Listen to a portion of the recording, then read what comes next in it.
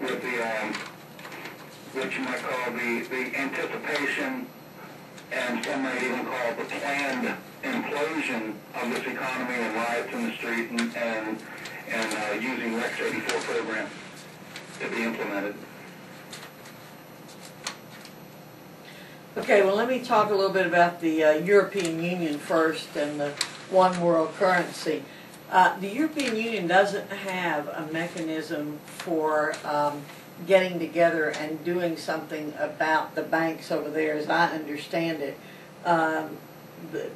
That they don't have a national bank or a European Union bank. They do have one currency over there, which they have implemented. I haven't had a chance to I know Sarkozy is going to be here tonight. I understand he's going to be meeting with the president. I certainly hope this is not a plan to try to create a one world currency. I don't think the people of the United States are going to stand for it. Of course, people are being swayed a lot by Obama's talk, and I'm nervous about how easily they've been taken in by him, and so that makes me a little bit nervous. I really don't know anything about the Rex 84 program and the garden plot. I do get information occasionally about the concern that people are having about the troops coming home and the homeland brigades. You know, I honestly don't think there's a conspiracy out there to do this. I, again, can't imagine that the American people are going to be lapsed into complacency on this issue. But I do have concerns about the way people are being swayed recently by Senator Obama. So we'll just have to wait and see.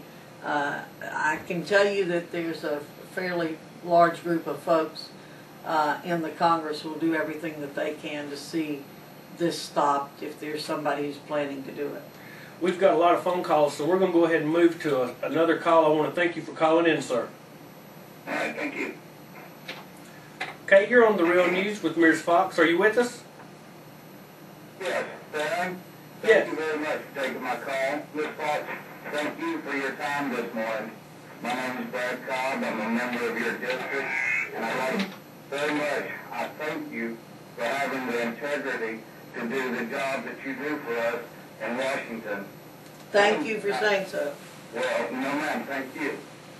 I have one question and one comment, then I'd like to hang up and listen. My question is, do you think that our government has reached a complexity that the problems are not solvable, or are we just not getting to the root of the problems and simplifying them with solutions? My comment is, if we, well, what you stated earlier, it goes to the direct point of what I want to make. It's the Congress or the legislative branch's responsibility to protect our country as well as a few other things. Why can't we simplify this process, take a few items, solve them, work a solution, let it work. If it doesn't work, adjust it. We seem to be trying to do so many things in our government that we're not getting anything accomplished. It doesn't seem to be working.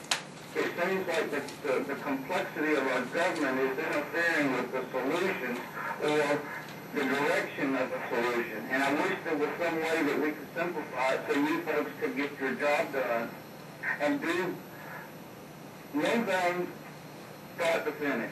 Okay, Brad, let me try to respond to that, okay? I think you've got the answer in your question, actually. You're right. We're trying to do too many things in the government. The problems aren't unsolvable. The American people can solve their own problems. The problem is that the government is trying to solve problems for them. What we need to do is get the federal government out of trying to solve problems for the American people. You know, I just came from the Apple Festival over in Taylorsville, and I'm always amazed at festivals, parades, things like this, all put on by volunteers, almost no government involvement. Now, you know, you'll have the police closing the streets so people can get around, and that's helpful to do. But you've got the volunteer fire departments, you've got volunteers who work on these programs. They solve very complex problems on their own. We do not need the government. That's the problem. But what we've done over the years, and let me use an analogy I may have used here before, and it's not mine, it came from a good friend of mine. You throw a frog in a pot of hot water, it's going to jump out. You put a frog in a pot of cold water and gradually turn up the heat, pretty soon you've cooked the frog. What we've allowed to happen over the years is we've allowed the government to take on one task after another. Governments don't solve problems, governments create problems. You have bureaucrats whose jobs depend on the government being there. They're going to make it as complicated as they possibly can to ensure that they keep their jobs. What we've got to do is the American people have got to come to the realization that the government is the problem, not the solution to our problem, and bring things. Government needs to provide protection. We need police protection. Federal government needs to protect us from outside aggression. We probably do need the government to provide our highway systems for us because we've already got them now. We've got to maintain them, and that probably is the most efficient thing to do. But we don't need the government running education. We don't need the government running health care. All of that could be privatized, and it would run much more efficiently and much more effectively than it does with the government involved. Thank you for Thank you for that answer. That's very direct and where the solution lies. But how do we implement that strategy in today's government? We don't seem to have that process embedded in over time. It seems to be simply us that are thinking it. Well, no, you're going to have to explain that to your fellow citizens and get them thinking differently.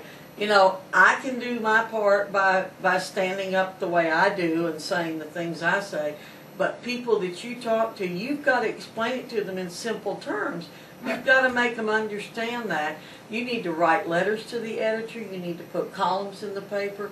When you get a chance, anytime you hear somebody say, well, let's go to the government to get this done, let's ask the city council, or let's ask the county commissioners, or let's ask the federal government to do this, say no, let us figure out a way to do it, because every time you ask a government agency to do it, you lose a little of your freedom. They've nicknamed me preacher because I stand in my soapbox and I say these things nearly weekly at the workplace that I work in, trying to bring our people to the understanding that the responsibility is in our laps to see that our government carries out the responsibilities that they are constitutionally required to. And it seems our people are just almost dead to the word. They're so bound up in their individual rights that they have forgotten what Mr. Kennedy said. It's not what this country can do for them, what they can do for this country. And that strategy is lost within our community. Sir. Venue that Brian has offered us as a way to get out and speak. I try to do it every week so that we can seem to light a fire on the American people to stand up and take responsibility. Well, we we each have to do our part and try to find a few other people that feel the way you do and work with them. Thanks so much, Mr. Cobb. Thank you for calling in. Sure. Thank you for calling in. We've got another phone call. Are you with me on the Real News? Hello, Brian. Yes, sir. Can you hear me? Yes, sir. Paul, I want to thank you and Brian for doing a great job there at the Real News.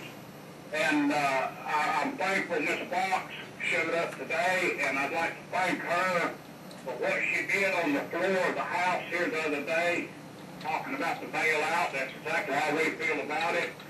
And my question to Miss Foxx, by the way, Miss Foxx, my wife and I, we voted yesterday, and we gave you our vote of confidence for another 4 years, and I hope you get back in there. Thank you. You make us very proud that we put you up there, and we feel like you're a grandmother, like we're grandparents, and we feel like you are concerned about our country. Well, I am. My question to you, by the way, I don't know if I give you a name or not, this is Alan Jimmy Cobb. My question is, what can we do to start a repeal on this Patriot Act?